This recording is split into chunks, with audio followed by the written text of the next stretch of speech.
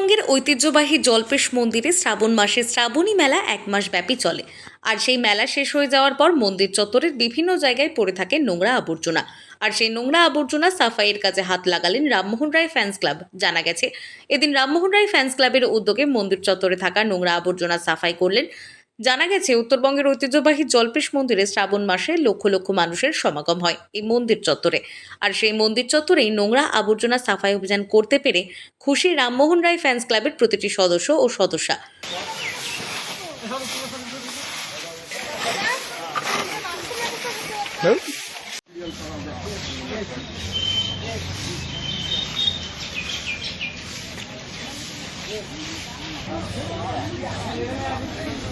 আজকে আমরা রামমোহন রায় ফ্যান্স ক্লাবের পক্ষ থেকে জল্পেশ মন্দিরের যে আমাদের চতুর, সেটা আমরা কিছুদিন আগে শ্রাবণী মেলা হলো, লক্ষাধিক লোকের ভিড় হলো, সেটা আমরা আজকে সাফাই অভিযান করলাম।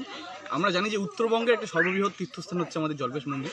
এখানে শুধু শ্রাবণী মেলায় নয়, আমাদের দেখি যে শিবরাত্রির সময় প্রচুর পুণ্যার্থীদের সমাগম ঘটে। তো আমাদের এই জল্পেশ মন্দির চতুরে যে আমাদের সেই শুধু আমাদের ভারতবর্ষ নয়, শুধু নেপাল থেকে শুরু করে ভুটান, আমাদের পার্শ্ববর্তী দেশসমূহ রয়েছে, সেখান থেকে পুণ্যার্থীরা লাখ লাখ পুণ্যার্থী ভিড় জমান।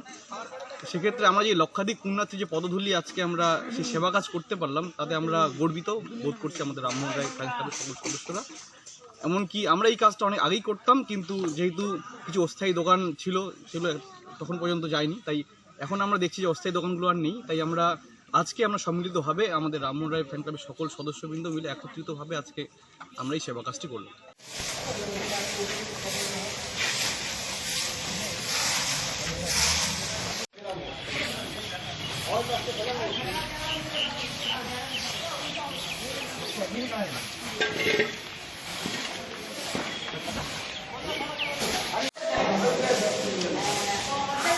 এদিন মোট 50 জন সদস্য ও সদস্যা মিলে এই সাফাই অভিযান কর্মসূচি পালন করেন।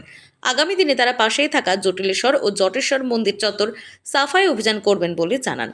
পাশাপাশি এদিন সেকেন্ড ওপেন তাইকোন্ডো সোনাজয়ী অসীম রায়কে সংবর্ধনা তুলে দিলেন। জলপাইগুড়ি থেকে কনক অধিকারীর রিপোর্ট, আনন্দবার্তা।